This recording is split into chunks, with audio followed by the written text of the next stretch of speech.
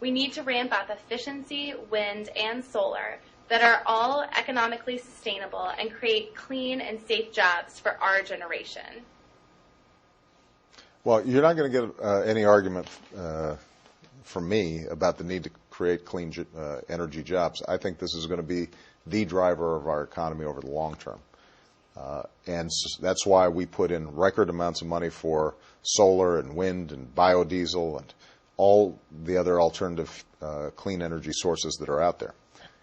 In the meantime, though, unfortunately, no matter how fast we ramp up those energy sources, we're still going to have enormous energy needs that will be unmet by alternative energy.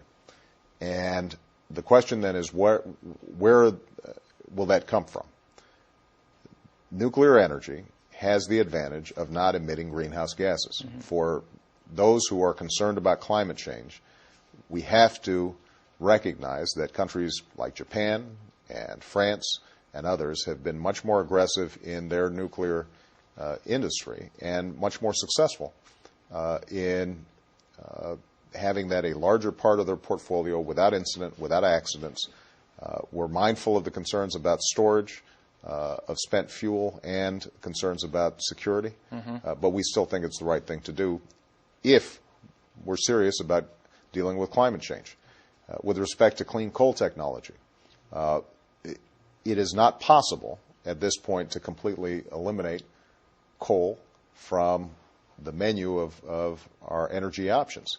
And if we are ever going to deal with climate change in a serious way, where we know China and India are going to be greatly reliant on coal, we've got to start developing clean coal technologies that can sequester the harmful emissions, because otherwise countries like China and India are not going to stop using coal. We'll still have those same problems, but we won't have the technology to make sure that it doesn't harm the environment over the long term. So I know that there's some skepticism about whether there is such a thing as clean coal technology. What is true is right now that we don't have all the technology to prevent greenhouse gas emissions from coal-powered power plants.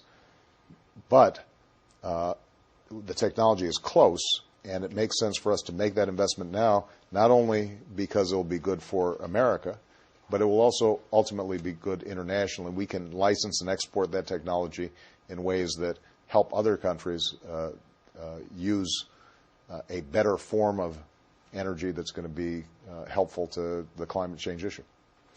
Mr. President, I think we're out of time, but I know a lot of people really enjoyed the opportunity to ask questions of you in this way, and would love to do this again with you sometime. You know, this was terrific, and I just want to thank everybody who submitted questions, whether via email or over the internet, and I hope we get a chance to do this on a more regular basis, because it gives me great access to all the people out there with wonderful ideas. And even if you didn't make your question, even if it wasn't on this show, we appreciate your submission, and hopefully we'll catch you next time.